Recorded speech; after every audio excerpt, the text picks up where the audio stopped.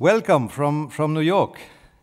We have Jeff Sachs with us, fresh from a 15-hour flight with the UN Secretary General from Seoul to New York. Avec le secrétaire général des Nations Unies de Séoul à New York. C'est un des économistes les plus réputés qui a travaillé sur les questions de développement pendant des décennies et qui a conseillé plusieurs secrétaires généraux des Nations Unies au cours de ces 13 dernières années. Il a été le premier président de l'Institut de la Terre de l'Université de Columbia. Il est également l'auteur d'un ouvrage qui vient de paraître et qui est également le titre de cette partie de ce cours qu'il va nous donner, l'âge du développement durable. J'espère, Jeff, que tu vois la salle, même si une partie est dans la pénombre. Merci de nous rejoindre.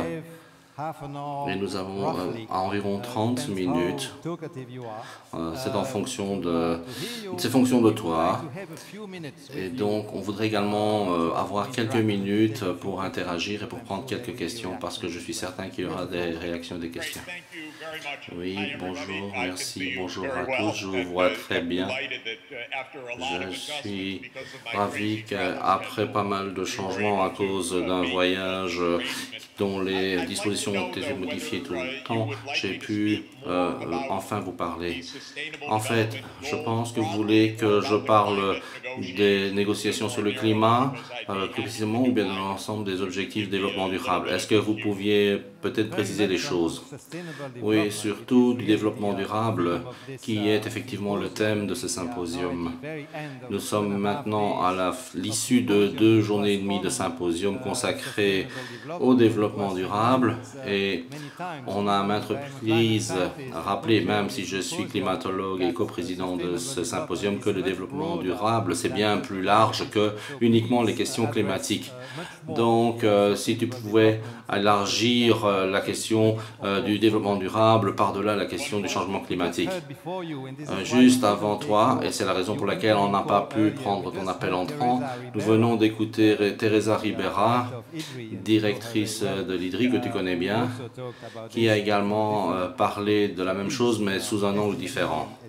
Donc, les objectifs de développement durable, etc. Oui, en fait, le développement durable, c'est mon sujet de prédilection avec mon dernier ouvrage qui vient de paraître, donc je suis ravi de pouvoir vous en parler. J'ai écrit cet ouvrage parce que je pense que nous entrons dans cette ère du développement durable. Nous avons essayé de le faire depuis maintenant près de 30 ans. Ça fait 28 ans que la commission Brundtland a mis le développement durable sur la table et a organisé ce principe pour l'ensemble du monde. Ça fait 23 ans depuis que le sommet de la Terre à Rio a eu lieu, qui a adopté le développement durable comme le principal texte avec l'agenda 21 en 92 est sans doute une sorte de première dans son genre. Mais maintenant, ce concept n'a pas pris corps malheureusement. Et cette année, nous devons essayer une fois encore, et nous aurons sans doute l'occasion d'y parvenir, parce que le concept est aujourd'hui mieux défini. Et assez bizarrement, les États membres des Nations Unies se concentrent sur le développement durable dans le cadre des négociations qui ont eu lieu ces 3 dernières années. Et donc, nous sommes en passe d'adopter des objectifs de développement durable au mois de septembre. Lorsque le Dr Brundtland a défini pour la première fois le développement durable, la commission Brundtland avait défini ce concept au travers de cette expression connue de l'intergénérationnel, à savoir que la génération actuelle devrait permettre aux générations futures de pouvoir satisfaire ses besoins. Et donc, dans ce contexte intergénérationnel, ce contexte il reste d'actualité. Évidemment, on s'est rendu compte qu'on ne pouvait pas envisager le développement durable de manière aussi opérationnelle que nécessaire. Si on veut adopter un cadre et si on veut que ce cadre devienne opérationnel, il fallait d'autres choses. Donc déjà en 92, mais sans doute plus encore au cours de ces dernières années, le développement durable a été défini de manière intersectorielle plutôt que de manière intergénérationnelle. La définition opérationnelle des Nations Unies du développement durable, c'est l'intégration holistique des aspects et des objectifs économiques, sociaux et environnementaux, à la fois au niveau national et international. En fait, on dit parfois qu'il s'agit de mettre fin à la pauvreté, d'avoir l'exclusion sociale et d'avoir le développement durable. Et donc, ce développement durable, c'est un cadre normatif, éthique et holistique qui recouvre des objectifs économiques, sociaux et environnementaux. Je considère également le développement durable d'un point de vue analytique. À Columbia, nous avons échafaudé pas mal de programmes éducatifs autour du développement durable, y compris un doctorat ainsi qu'un graduat en la matière, donc en développement durable. Et d'un point de vue analytique, nous considérons le développement durable comme une science assez complexe qui nécessite l'intégration d'aspects politiques non linéaires, économiques, sociaux et technologiques. Donc, d'un point de vue analytique, nous sommes dans une dynamique de système non linéaire. D'un point de vue normatif, ce qui est évidemment la façon dont les Nations Unies envisagent la chose. La question, c'est de savoir comment intégrer les aspects et les objectifs économiques, sociaux et environnementaux. Les récents débats autour du développement durable se concentrent sur l'adoption d'objectifs de développement durable. Ce mois de septembre, aux Nations Unies, le 25 septembre pour être précis, il y aura cette adoption. En fait, c'est un objectif que nous poursuivons depuis juin 2012. Que s'est-il passé? En fait, en juin 2012, lors du 20e anniversaire du sommet de Rio, les États membres des Nations Unies se sont penchés sur les échecs du sommet de la Terre, visant à mettre en œuvre les 3 accords multilatéraux et environnementaux qui avaient été conclus en 1992. En fait, nous avions eu 3 magnifiques traités, l'un sur le changement climatique, la CNUCC, la Convention cadre des Nations Unies sur le changement climatique, la Convention sur la biodiversité et aussi la Convention pour la certification. Et en fait, il y a eu un moment où il a fallu faire le bilan de ces 3 traités. C'était lors du Rio Plus 20 et la conclusion a été de dire qu'il n'y avait qu'un seul de ces 3 traités qui avait été mis en œuvre. Et du point de vue climatique, on sommes sur une trajectoire de base avec probablement une augmentation de 4 degrés ou plus. Et en matière de biodiversité, nous sommes au beau milieu d'un processus d'extinction qui est entre les mains de l'homme, où le taux d'extinction est environ 1000 fois plus rapide qu'il ne l'était lors de l'ère pré-industrielle. Et en matière de certification, on a vu de plus en plus de terres dégradées dans les régions sèches et même partout ailleurs, en Asie centrale, au Moyen-Orient, dans la Corne de l'Afrique, au Sahel, dans la partie septentrionale de la Chine, dans la partie sud-ouest des États-Unis. Donc on voit l'extension des déserts. Aussi dans le bassin méditerranéen, surtout dans le sud de l'Europe et en Afrique du Nord, on voit des risques de désertification. Donc, lorsqu'on s'est réunis à Rio Plus 20, on s'est rendu compte qu'on avait échoué à relever ce défi du développement durable. Et donc, on s'est penché sur un projet analogue à celui des OMD, des Objectifs du millénaire pour le développement, et qui sont des objectifs qui ont été fixés pour leur part en 2000 et qui ont été adoptés par les États membres des Nations Unies en septembre 2000 lors du sommet mondial, sommet du millénaire. Et donc, c'est vrai que si on voulait donner une vie politique et sociale à ces OMD, bien plus que pour l'agenda 21,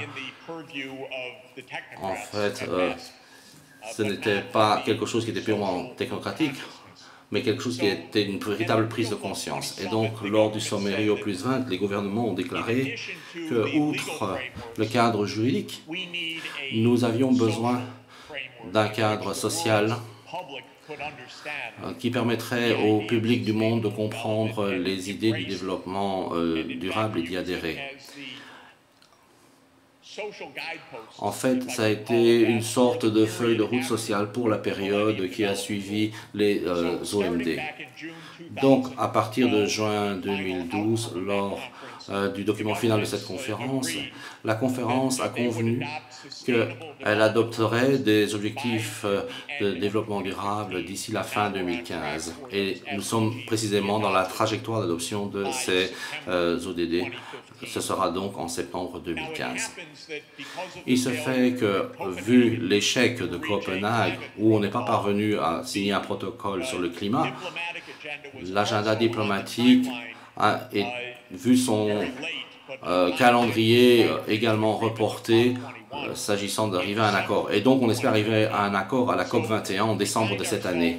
Ce qui veut dire que nous avons deux sommets adossés l'un à l'autre, l'un en septembre, l'autre début décembre, deux sommets où les négociations du climat et les objectifs de développement durable vont être traités en parallèle.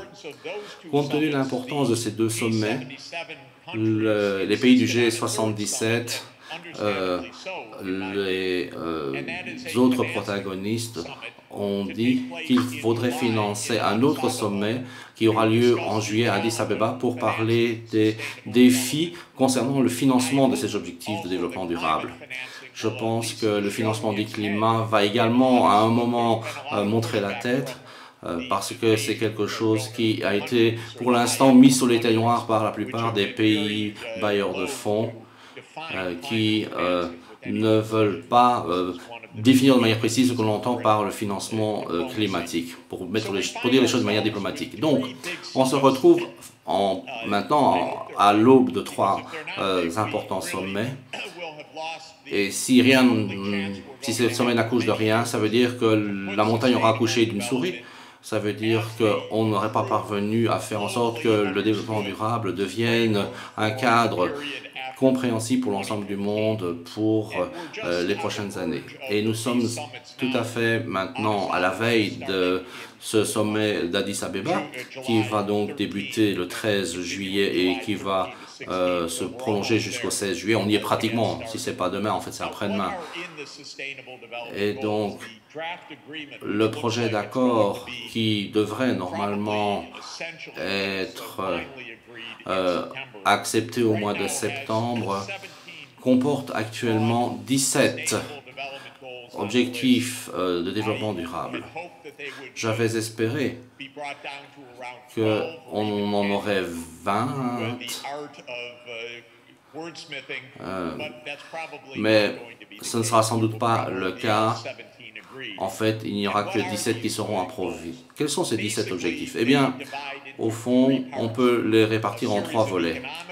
Une série d'objectifs économiques pour mettre un terme à la pauvreté et pour promouvoir le développement économique et les infrastructures. Donc ça, c'est un premier volet. Deuxième volet, c'est l'inclusion sociale, y compris l'égalité entre les sexes, la réduction des inégalités économiques au sein des pays et entre ceux-ci, et la promotion d'une société inclusive, comme le dit le projet de texte. Et puis le troisième volet, c'est une série d'objectifs de durabilité environnementale, y compris l'agriculture durable, qui évidemment est un moteur très important des villes durables, des schémas de consommation et de production durables, le combat contre le changement climatique, la préservation des écosystèmes marins et terrestres. Donc, si vous regardez les 17 objectifs du développement durable, donc dans ces trois catégories, je dirais que, hormis le chiffre qui fait qu'il est un peu difficile de les rappeler tous, en fait, ce sont des objectifs qui nous indiquent quels sont les défis du temps, qui montrent que nous devons quitter un monde qui n'est basé que sur la productivité, des sociétés inégales, avec des inégalités massives et des inéquités très importantes entre les sociétés et au sein de celles-ci. Et nous sommes le dos au mur face à une crise, des menaces environnementales qui vont du changement climatique, l'acidification des océans, la destruction des forêts, etc., etc. Donc, par rapport à ce vaste ensemble de défis, les gouvernements se sont dit qu'il fallait un cadre commun. C'est une bonne chose, une très bonne chose. Il ne faut pas être cynique. Vous savez combien la diplomatie est difficile en général. Généralement, il est très difficile d'avancer et ici, on voit combien on a reconnu l'importance du développement durable. Et donc, il y a un appel pour l'égalité entre les sexes, il y a un appel pour la lutte contre les inégalités au sein et entre les sociétés. Vous savez que ce n'est pas si souvent que ce n'est pas quelque chose que l'on trouve très souvent à l'agenda du Congrès américain, par exemple. Mais en tout cas, c'est quelque chose qui va être approuvé et avalisé par les 193 États membres des Nations Unies. Alors, mon sentiment, c'est qu'on est sur une trajectoire décente pour l'instant, une trajectoire que nous allons devoir maintenant concrétiser. Ce qui ne veut pas dire que le système multilatéral va pouvoir s'auto-guérir ou qu'il va pouvoir relever l'ensemble des défis politiques, économiques et sociaux de lui-même. En fait, après les 3 sommets, il restera la question de savoir si on parviendra effectivement à obtenir quelque chose de vraiment judicieux. Il va y avoir d'importants objectifs à atteindre comme la couverture médicale universelle qui sont propose le SDG 3. Il y aura également l'accès universel à l'éducation du niveau avant le primaire jusqu'au niveau secondaire, etc., etc. Mais la question, c'est qui va financer tout cela? Quel dispositif financier va permettre aux pays pauvres d'arriver à réaliser tous ces objectifs? Une autre question qu'on peut se poser, c'est de savoir si à Paris, où on essaiera d'obtenir un accord climatique, où on essaiera d'avoir un réchauffement qui reste en deçà de 2 degrés, ce qui était d'ailleurs l'accord auquel les gouvernements sont arrivés à Cancun.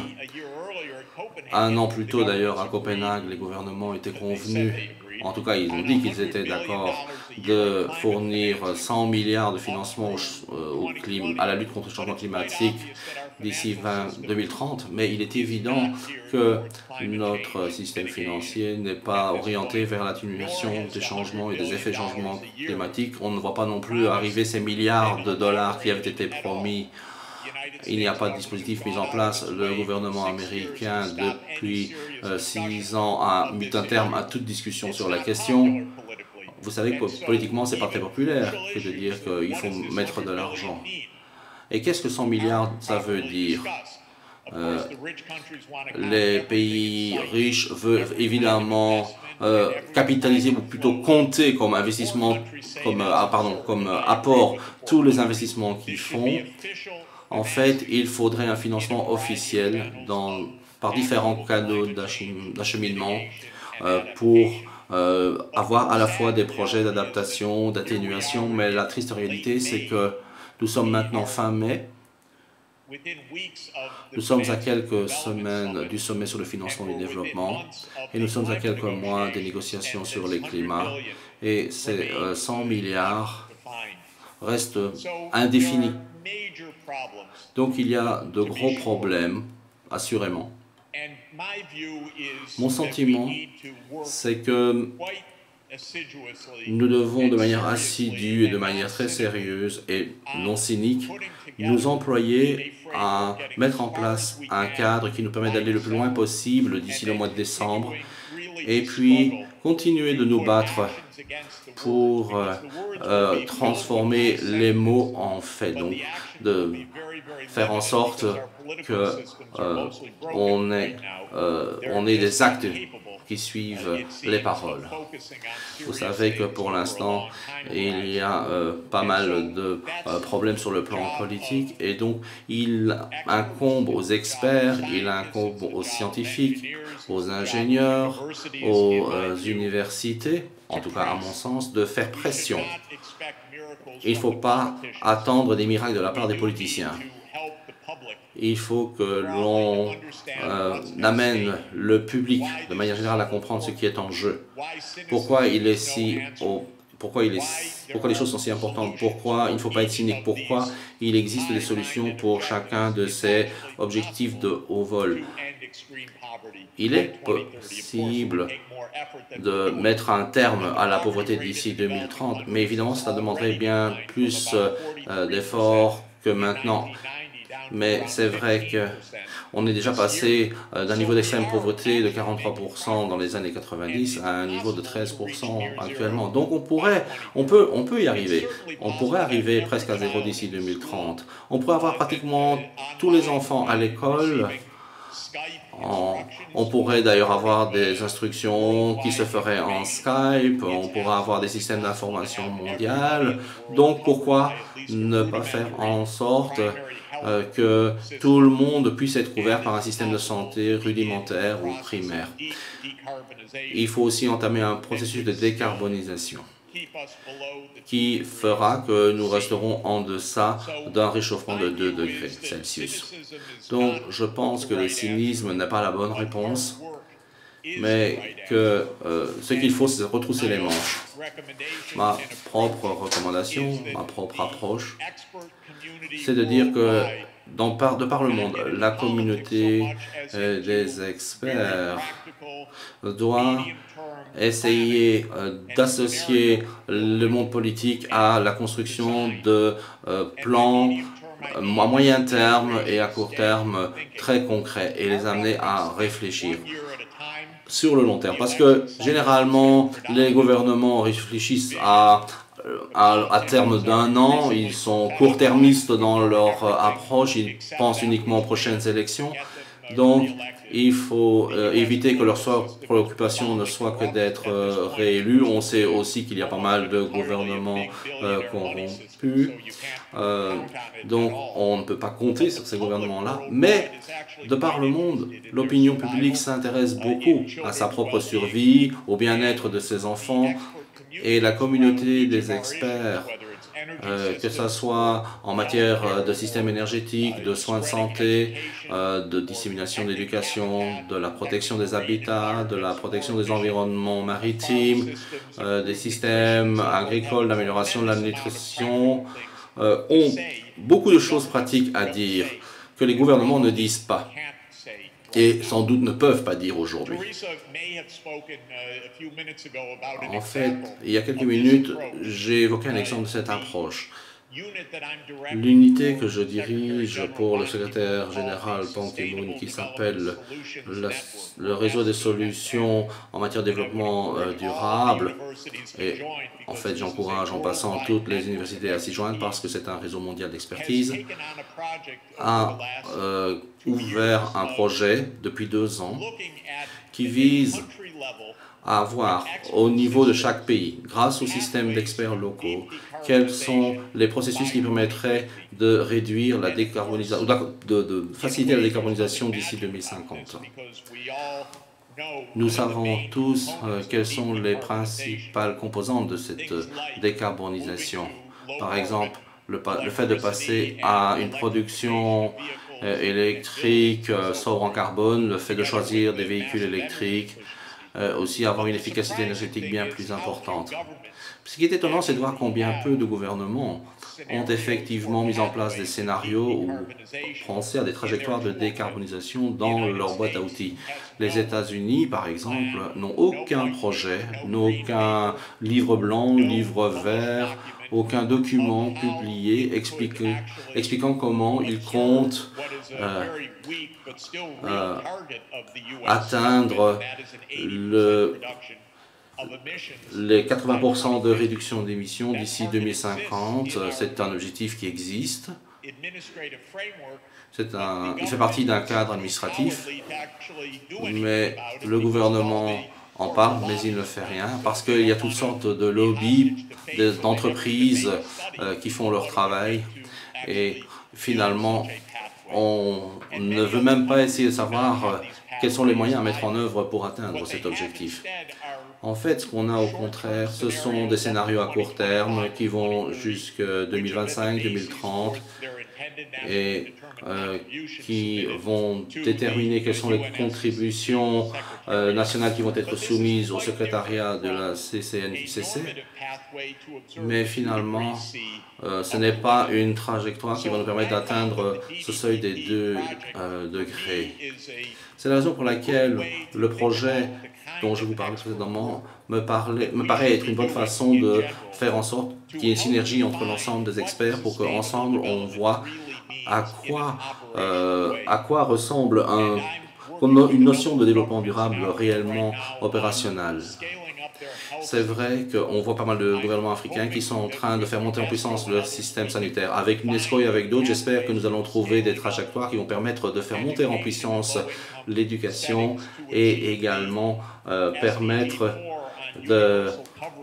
d'atteindre l'ODD 4 sur l'éducation secondaire.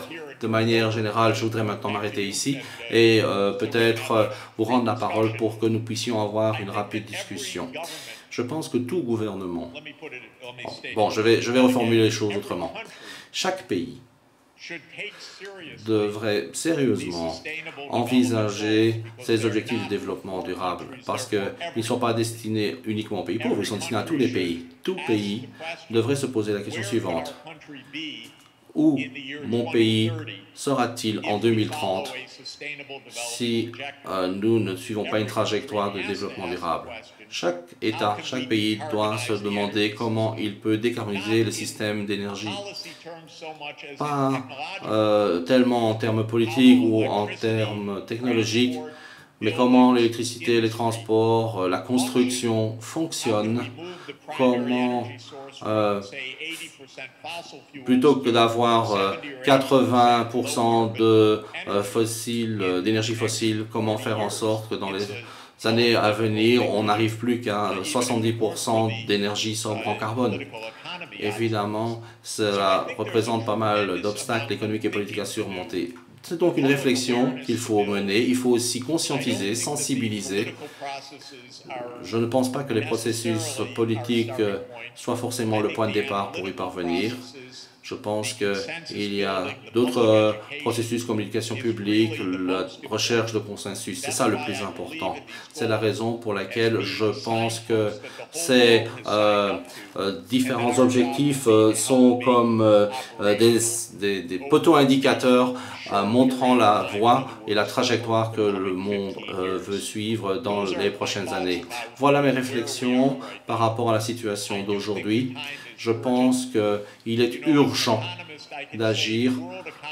Vous savez, l'économie mondiale aujourd'hui fonctionne bien. Vous direz n'importe quel économiste. Nous avons une économie qui a doublé le montant de ces opérations au cours de ces 30 dernières années. En fait, le système économique mondial fonctionne bien, mais le problème, c'est qu'il ne résout pas les problèmes de développement durable parce qu'il résout uniquement les problèmes de marché, il ne résout pas les problèmes éthiques, les problèmes d'équité et les problèmes de durabilité écologique. Pour cela, il faut que nous mettions en place de nouveaux cadres et il faut que nous le fassions vite parce que nous n'avons que peu de temps. Évidemment, c'est une aventure fantastique, mais nous n'avons pas le choix. Merci.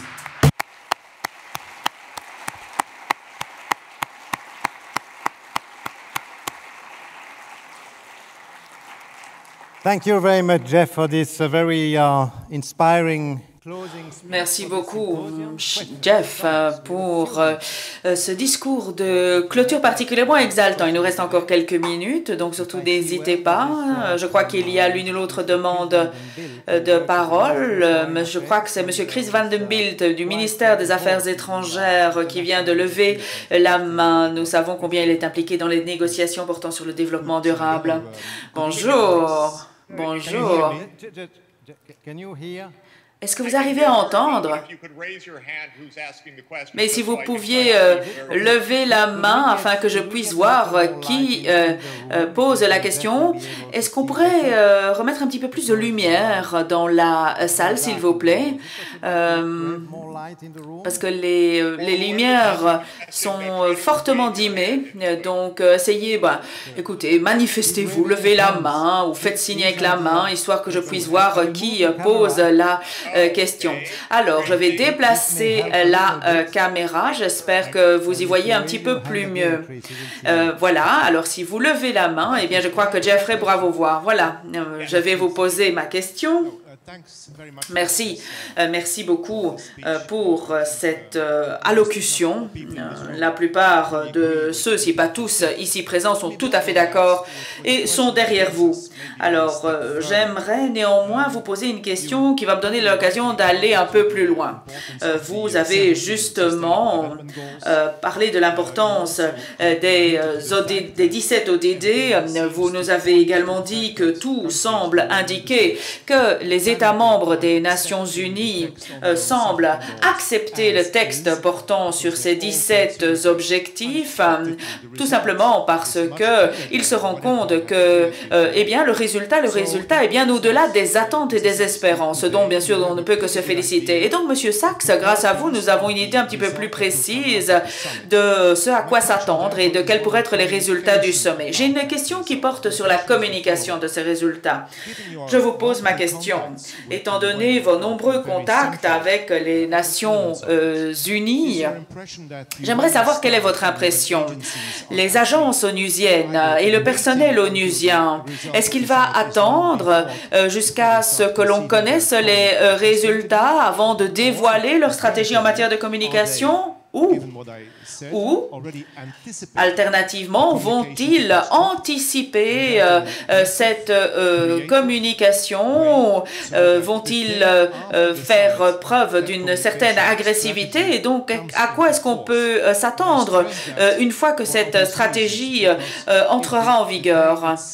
Bon, parce que si, dès le lendemain, il n'y a pas de communication qui se fasse en direction du public, eh bien je crois que fort malheureusement le résultat sera perdu. Ce serait dommage. Aujourd'hui, ici, dans cet auditorium, nous avons entendu une brochette d'orateurs, mais qui ne connaissaient pas les résultats de Rio 20 et qui les a qualifiés de inutiles politiquement parlant. Voilà le sens de ma question. Merci. Merci beaucoup. Il y a des efforts en matière de communication qui sont en cours. Et je crois que c'est une excellente chose. C'est une chose dont on ne peut que se féliciter. Je sais qu'on peut compter sur la participation de pas mal de créatifs, notamment. Je crois que la chose la plus importante dont il faut absolument s'assurer, eh bien, c'est de veiller à ce que les pays puissent identifier ces objectifs le plus rapidement possible, dès aujourd'hui. Dans le cadre de notre réseau des solutions pour le développement durable, nous avons déjà prévu que dans les 3 ou 4 mois, cela se ferait dans une douzaine de pays. Bon, inutile d'attendre le 25 décembre pour le faire. Il est important d'avoir un forum qui rassemble le plus de parties prenantes possible. parmi lesquels on retrouverait les universités, les gouvernements, mais également les ONG qui seraient rassemblés à l'occasion d'une table ronde de 2 jours afin de réfléchir sur la manière dont on peut relever les défis en matière de développement durable dans leur pays. Comment passer en revue cette constellation d'aspects environnementaux, sociaux, économiques et politiques. Comment envisagent-ils leur pays d'ici 2030 et comment comptent-ils s'engouffrer dans cette brèche? Eh bien, il va sans dire que tout le monde ne travaillera pas au même rythme, mais en ce qui concerne la santé, l'éducation, mais également les écosystèmes marins et terrestres, certes, les temps sont en pleine mutation, et donc ces objectifs auront un sens différent selon les pays. Je crois que de toute façon, ils auront un sens, et c'est ça ce qui compte. Quel que soit le pays, ces objectifs auront un sens. Il est important de faire en sorte que les choses décollent. Ce qui me préoccupe, ce sont en fait 2 choses. Tout d'abord, nous savons que pour bénéficier d'une couverture médiatique, il faut se battre bec et ongles. Et en plus, ce n'est pas gratuit. C'est vrai qu'il y a un véritable encombrement. Et puis, la deuxième chose qui me préoccupe, c'est le cynisme. Bon, évidemment, vous pouvez vous attendre à ce que, je ne sais pas moi, The Economist puisse publier un article, mais le problème, c'est qu'il est important absolument de veiller à ce que nous puissions utiliser d'un guide pratique pour les ODD. Nous devons absolument veiller à ce que le public se rende compte qu'il y a toute raison de s'inquiéter par rapport au développement durable, par rapport aux questions d'inégalité. Il faut absolument que les scientifiques disent « nous planchons sur la question, tout comme les ingénieurs, et ensemble, nous allons travailler avec les collectivités, avec les gouvernements. » Et j'en profite pour vous dire une de choses. L'ODD numéro 11 porte sur la durabilité urbaine, si je ne m'abuse. Oui, j'ai encore du mal à me souvenir de tous les 17 objectifs du développement durable, mais je crois ne pas me tromper en disant que l'ODD numéro 11 porte sur la durabilité urbaine. Nous faisons appel aux régions métropolitaines et aux gouvernements afin de pouvoir localiser ces ODD. J'ai le grand plaisir de vous dire que je préside le panel du maire de New York et New York vient de sortir son plan de développement durable. Il s'agit d'un très beau plan, un plan fouillé qui prévoit une réduction à hauteur de 80% des émissions d'ici à 2050, beaucoup de mesures d'adaptation et beaucoup de mesures d'équité afin de pouvoir notamment réduire les inégalités. Alors, j'en profite également pour vous dire qu'il y aura de la publicité sur notre site, car la conférence du 25 septembre, eh bien, elle sera inaugurée par le pape François. Et c'est lui qui va prononcer le discours inaugural. Et comment dire, je crois que ce sera la plus grande brochette de chefs de gouvernement et d'État jamais réunis. Et donc, il faudra s'attendre à bénéficier d'une couverture, notamment au niveau de CNN International. Alors, j'espère que le discours du pape François sera retransmis en direct. On discute notamment des différentes opportunités. Apparemment, le pape François serait sur le point de faire sortir une encyclique sur le développement durable et l'environnement. L'objectif étant de toucher les chrétiens du monde entier, mais je crois que cela touchera bien plus que les chrétiens du monde entier. Ce sera un texte qui va inspirer énormément de monde. Et il est important de pouvoir, tout comme le Vatican, eh bien, tendre la main vers les autres confessions. Il est important d'être dynamique, lutter contre les cyniques, contre ceux et celles qui, dans le monde académique, ne s'intéressent pas suffisamment à la résolution des problèmes et préfèrent eh bien, l'argumentation. Oui, alors votre présentation a été retransmise live en streaming grâce grâce à notre partenaire, la RTBF, votre présentation sera disponible à la demande en français et en anglais d'ici quelques jours sur le site web du symposium. Merci, merci du fond du corps de votre contribution et nous prenons bonne note de votre contribution, se concentrer sur les ODD au niveau national.